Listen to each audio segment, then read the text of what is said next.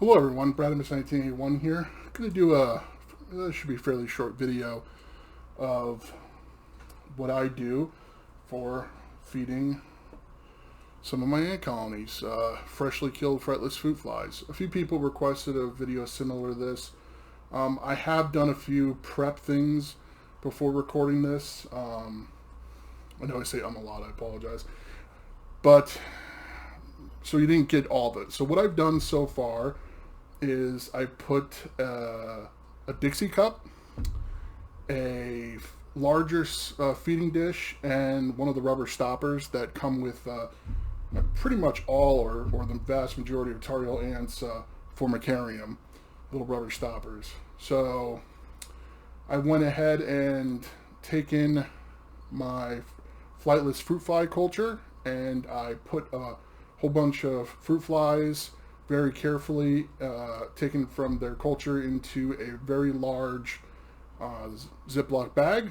I zipped them up. I placed the cup, the food dish, the rubber stopper, and the bag with the flightless fruit flies inside the freezer. And in about a minute, maybe a little early, I'm going to go grab them. Here I have I think these are called reverse tweezers, where you have to push to open. I'm not sure what they're exactly called, but I got my 3 dishes here, with 2 of them have pieces of, what is it, crispy apple or honey crisp apple. So this is going to be for my larger honey pot and my smaller one. This is for my mimicus, and this is my placetops. And I offer some protein on a fairly regular basis to my Pogomyrmex maricopa colony, because they really, I've been told that they eat, like, obviously they're harvester ants, so they eat mostly seeds, but all my harvester will take protein. I mean, well, protein as in insects or whatever. But most of them, it's not like the big staple of their diet. I was told the Maricopa, it's a little bit larger, like percentage-wise of what they eat in the wild.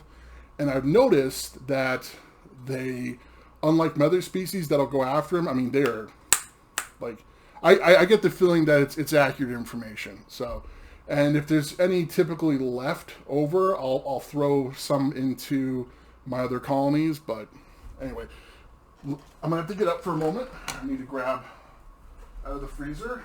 Give me a second here.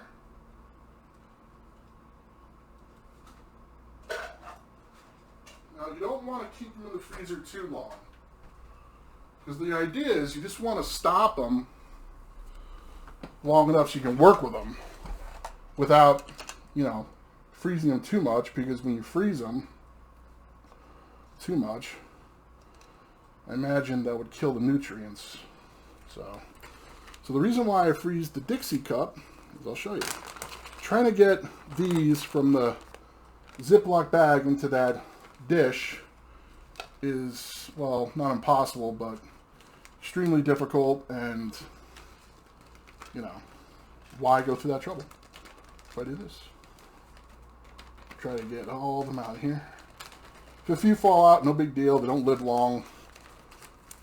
Now, this process I kind of built up over time. If you had seen some of the first few times I've dealt with these flightless fruit flies, you would realize, yeah, one time so many got loose because I screwed up. I didn't put the lid on in time for my culture. There's like to pick it up. That I had to vacuum my floor like 8 times too. Yeah. Underneath here is actually a cool pad that I use for my back. So I put a paper towel over it. Now I'll take the stopper that's also cold, and I'll start. Oh, you can't really see, can you, when I'm doing it that way? Start mashing them up. Mash them. And the idea is, I don't know how much difference it really makes, but the idea is having that cold pack underneath there keeps them colder, so they're they're inactive for longer periods. This is a lot. Part of my complaint with I've told Mac before too, and I made the comment before with flightless fruit flies, is that once your cultures get like large enough, like, I don't know. So sometimes I wish I had more ants that needed this type of protein because it would warrant it more. But anyway, I mean, look at this. This is going to be a huge meal. It's definitely overkill. But what I'll do is, like I said, if there's any leftover, I'll put it. And that's why we have the tweezers here, so we can kind of move it over. That's good enough for that one. Paper towel is important. You'll see why.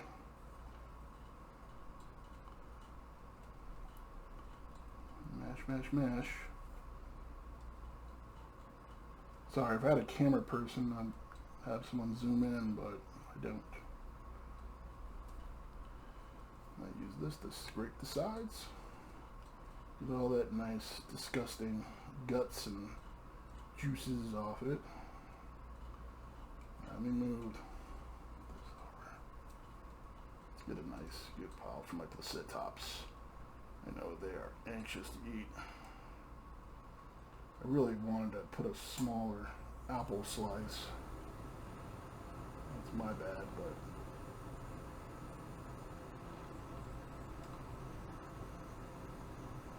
look at it from there. This is for my Maricopa.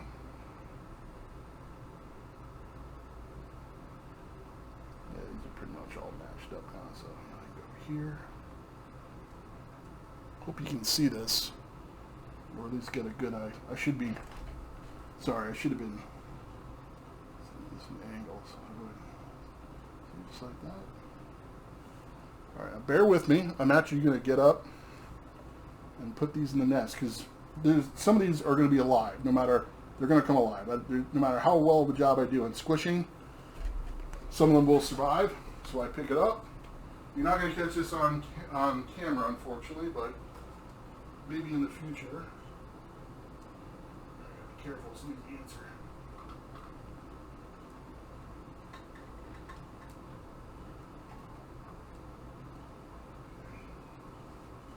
That could have gone a little better. I didn't have much room.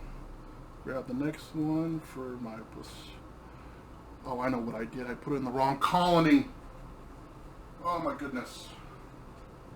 That's not good. Well, let's see if I can get this out without losing any ants. I was able to do it. That's amazing. Ah, I know how I was able to do it. Hold on.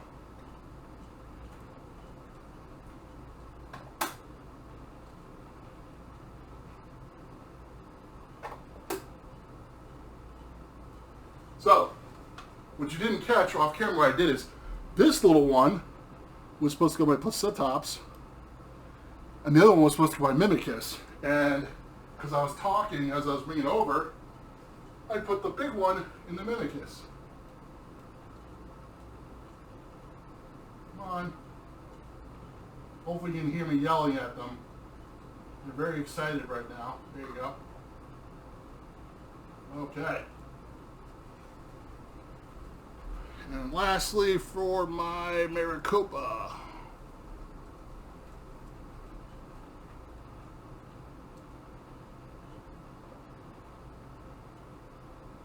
Here you go, ladies. So,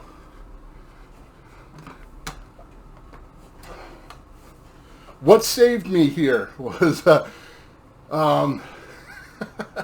so that big dish, the Tario Ants, I guess double dish, I ended up putting in that little tiny outworld that has two very small micro liquid feeding towers.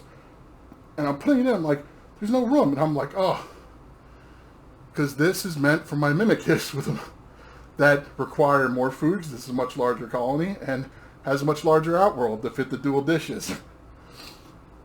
And the reason why I was able to take that dish out without any ants, like any of the placetops, attach themselves to that pile of freshly killed flightless fruit flies, or the dish or the apple, was because I had the dishes on this cold pack that I just took out. I mean, I took out the freezer right before I started recording. So by the time I was putting the dishes were cold. So even though I saw them, like, oh, there's something in there, oh, and they're going towards the dish, like, oh, that's cold, and they backed away. And that's typically what happens when I put the dishes in. They'll typically go, but those dishes will heat up after the dishes leave. I mean, 'cause this is not, I mean, this is a soft material, so this is not super, super cold. Those dishes will warm up very quickly in the outworlds. So as much as I was saying, oh, this cold pack's not really, you know, maybe it's not necessary, saved my rear, because, well, the worst thing that was going to happen was my Placentops were just going to get a way too big of a meal, and I would have had to probably taken some more fruit flies out of my culture. It would have been another 20-30 minutes and a big hassle, but hey, it worked out, right? Thumbs up. So now what I do is I just roll this stuff up, put it on my secondary one here. I put one underneath here so it doesn't, like, I don't know, so it doesn't move around. I don't know, it's a habit in case I need another thing or whatever. But so yeah, then I go to my sink and I clean this all off. I clean out the cup, and then I dry it all off really well, so because I don't, even though it's a stainless steel on these tweezers, I don't want them to rust or get gross. So yeah, and that's it. In a day or two, well, they'll probably pick the. For those of you that keep ants or have been watching a lot of ant colonies, they'll go through those flightless fruit flies very quickly. That's the beauty of the flightless fruit flies versus crickets or mealworms or cockroaches and such, is that they're, even though they're not as juicy as a meal, that's why you got to give them a pretty good clump of them. They don't make as big as a mess. They don't have near as much trash. Like when you put a cockroach in, and don't be wrong, like dubia roaches, especially if you have a very large colony, they're awesome. I mean, you gut load those suckers and they're just nothing but gooey goodness inside those bad boys. I'm very familiar with dubia roaches and because I've kept other reptiles and such that eat them. But as you know, with ants, they don't eat the exoskeleton, so they end up piling it up. So a lot of advantages to flightless fruit flies. Not to mention, if you want to stimulate your ants, sometimes what I'll do, not usually, only if I have someone else helping me, I bought funnels here. One moment. I bought these very, very inexpensive little funnels, and what I'll do is, most of my outworlds have smaller holes or whatever, and I'll actually freeze these too. I'll have a friend put this in, make sure there's no ants crawling on the bottom, and I'll just tap my flightless fruit fly culture cup, which is larger than this.